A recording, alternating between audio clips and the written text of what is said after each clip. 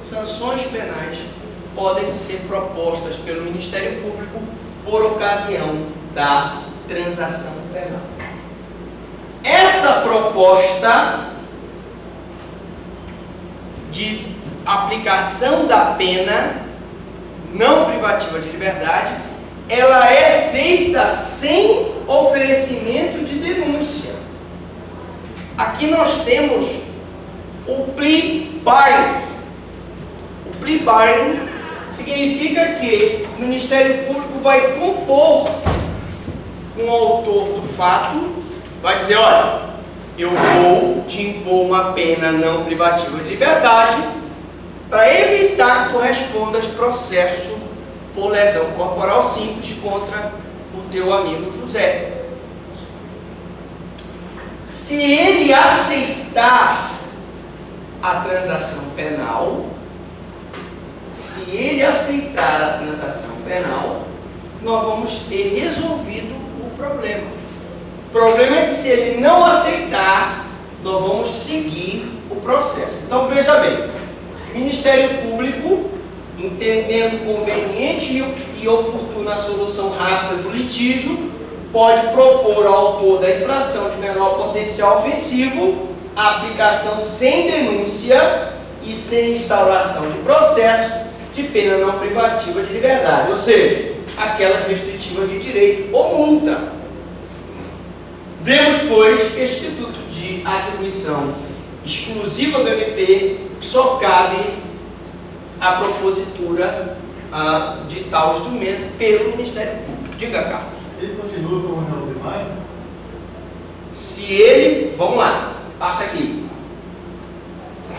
Se ele aceitar a transação penal,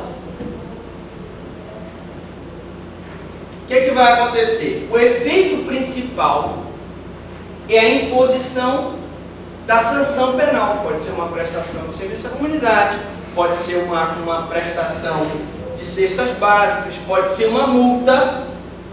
E também nós temos, contra os efeitos secundários, a lei criou um novo efeito, que é a proibição de nova transação penal para o autor do fato no prazo de 5 anos. Então, essa transação penal aqui, uma vez elaborada, o efeito principal dela é a aplicação da pena. Então eu tenho aqui a aplicação da pena. O efeito secundário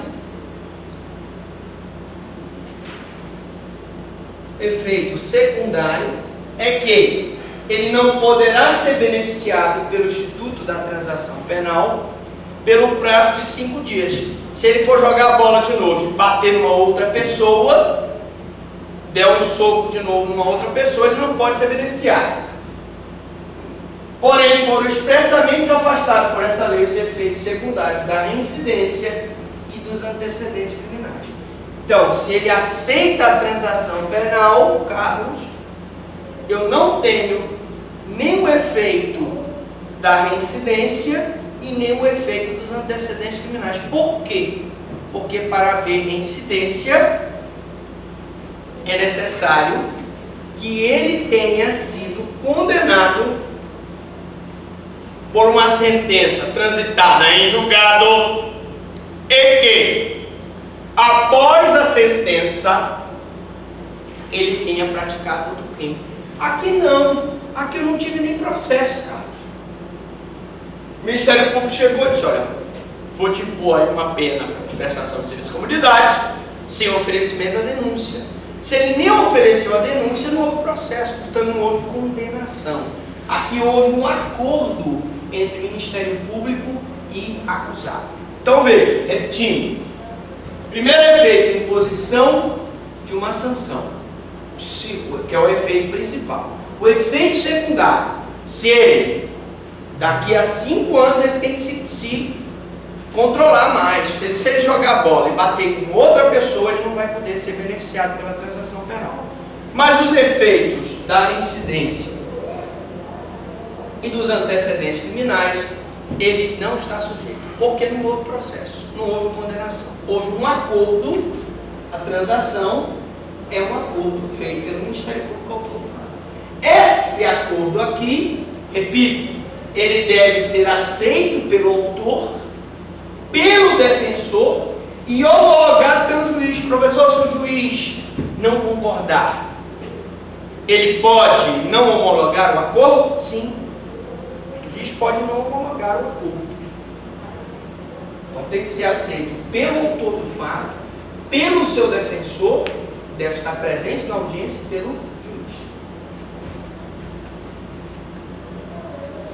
Bom, para que seja proposta a transação pelo MP, deve-se observar, além dos requisitos acima citados, quais são os requisitos para a transação penal. Vamos colocar aqui.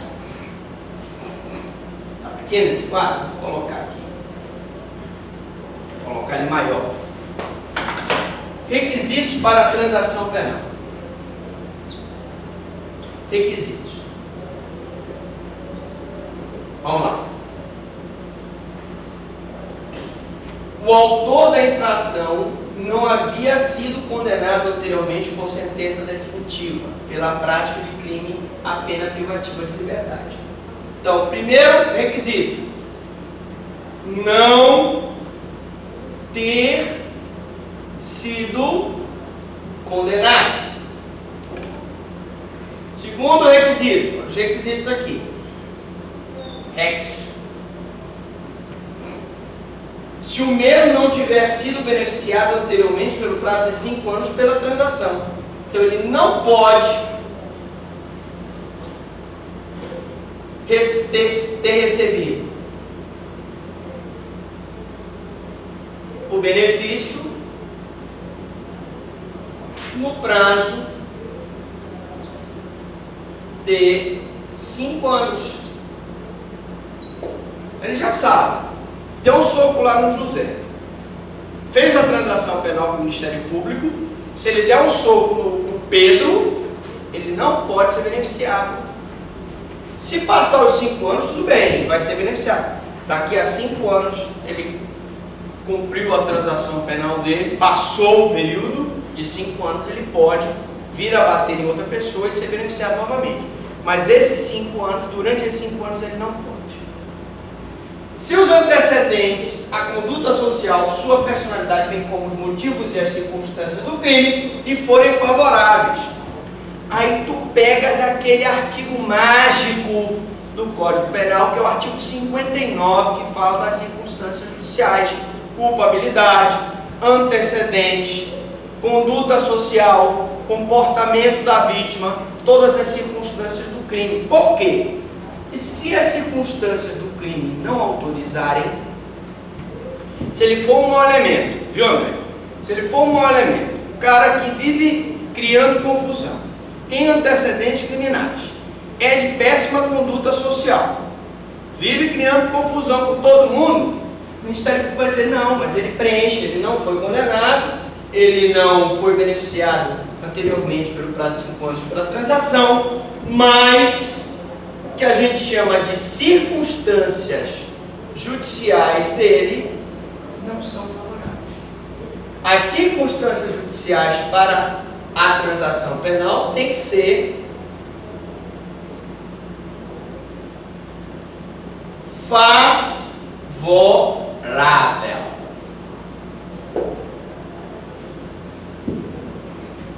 Repetindo, requisitos para a transação penal.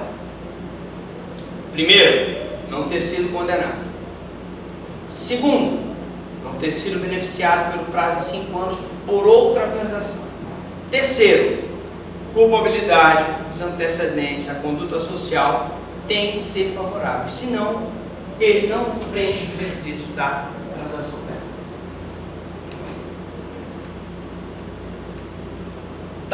Da mesma forma que a composição de danos civis, não há que se falar em processo, já visto que não há denúncia, mesmo no caso da ação penal pública condicionada onde há representação obrigatoriamente. Não havendo transação, atenção, professor, mas o autor do fato pode não aceitar a transação do Ministério Público. Pode. O defensor superior não aceita não. Não vamos provar a tua inocência, vamos provar que você agiu em legítima defesa. Se isso acontecer, o que vai acontecer?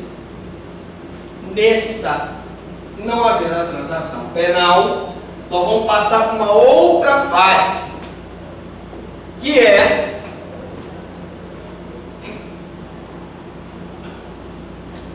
a possibilidade do Ministério Público oferecer a denúncia oral. Então ele pode, não havendo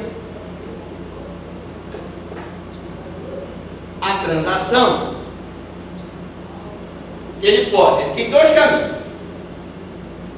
Vou botar aqui. Ou ele oferece a denúncia, ou ele pode pedir a realização de diligências. Professor, o que ele vai pedir aqui?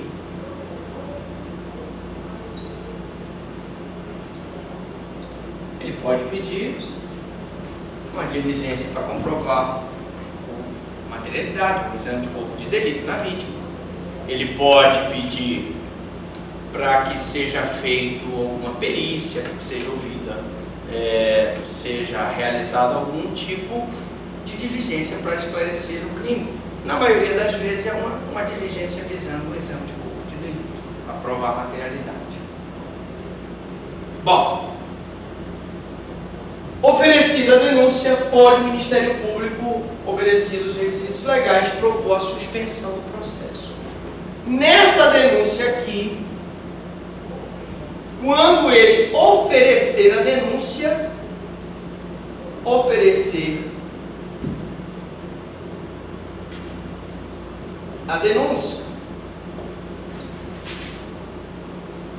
juntamente, sinal de mais, com a denúncia, ele pode oferecer a suspensão do processo. Professor, o que é essa suspensão do processo? A suspensão do processo vem prevista no artigo 89 da Lei 9.099. O Ministério Público, ele oferece a denúncia, e ao oferecer essa denúncia, ele pode pedir que o processo fique suspenso de 2 a 4 anos, desde que o réu se submeta a uma série de condições. Professor, quais são essas condições que o Ministério Público pode impor na suspensão? Nessa suspensão do processo, podem ser impostas uma série de condições. Por exemplo, não andar armado, não frequentar bares, não se ausentar do distrito da culpa,